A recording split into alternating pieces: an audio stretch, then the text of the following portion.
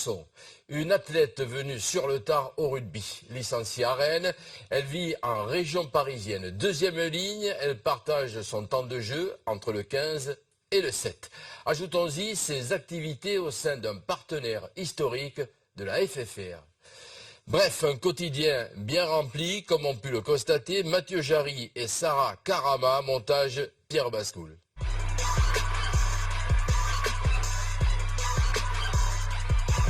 1,85 m de puissance, 85 kg de combativité. Lors de la Coupe du Monde cet été, elle a tout simplement crevé l'écran.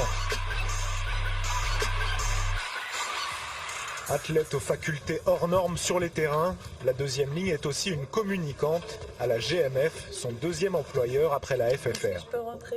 Je voulais te voir, Jean-Michel, pour les partenariats corpo, pour les contacts. Toi, je suis pas là tout le temps, donc du coup, je prends le train. Un contrat à 25% au sein de la direction marketing et communication du groupe. Elle s'occupe notamment des relations avec les équipes de rugby corpo soutenues par la compagnie d'assurance.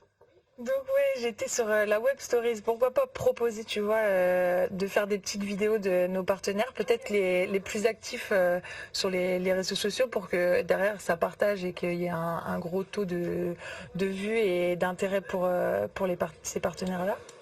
Elle est aussi très pro sur les sujets puisque c'est aussi une professionnelle de la com. Et en plus, elle a le regard de la joueuse de rugby. Elle comprend l'intérêt de valoriser les équipes de rugby et surtout des équipes qui ont peu de visibilité. Elle aurait pu se contenter du contrat avec l'équipe de France à 7, mais la titulaire d'un Master 2 de management du sport de l'Université de Rennes veut varier ses expériences. Ça fait du bien aussi de couper. Voilà, c'est vrai qu'on s'entraîne très dur à Marcoussis. On a des voyages à l'autre bout du monde, enfin plusieurs fois dans l'année. Donc c'est vrai que ça fait aussi du bien d'avoir un pied dans la réalité. Et puis de pouvoir aussi côtoyer d'autres personnes qui ne sont pas forcément dans le milieu du rugby. Et c'est vraiment agréable. Et moi, après, elle fait avec l'accent, fait « Il sonnerait so kenan silimentik ». Elle est top, elle est top. Elle est justement très souriante, très agréable, très punchy, toujours le sourire. Avant la reprise du 7, Lénaïque Corson passe quelques semaines à la GMF mais n'en perd pas de vue sa préparation physique et mentale. Depuis un an, elle prend des cours de yoga sur les conseils des kinés de l'équipe de France. Je ne maîtrisais pas tout à fait ma respiration et au rugby à 7, c'est une discipline qui est tellement exigeante sur le plan physique que la respiration est importante et voilà, savoir aussi se détendre dans des matchs en jeu, de bien souffler, ça m'a apporté. Et puis aussi, le yoga, c'est aussi beaucoup d'étirements et mon corps de vieille en a besoin. Sur place, elle retrouve Jessie Trémoulière avec qui elle joue en équipe de France à 7 et depuis peu en club à 15 avec Rennes. Alors, cette semaine à Rennes avec la pluie. Oh, genre Je te jure, il a plu pratiquement tous les jours. Hein. Oui, je suis dis pas ça dans la gueule.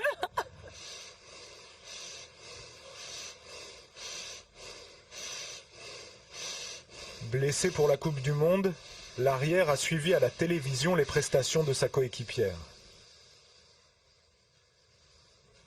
Tout le monde a vu ses exploits et voilà, elle mérite tous les compliments qu'elle a eu autour, elle le mérite amplement.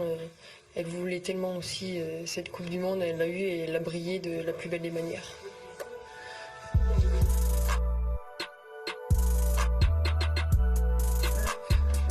Les journées commencent tôt quand Lénaïque va au bureau.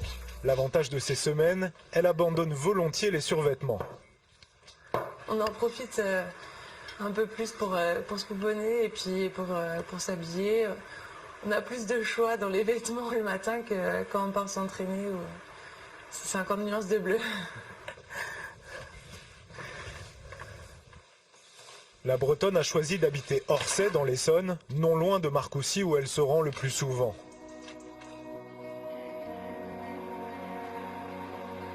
Le siège de la GMF à Levallois est un peu plus loin, 1h30 de transport en commun que la joueuse essaie de mettre à profit avec des lectures.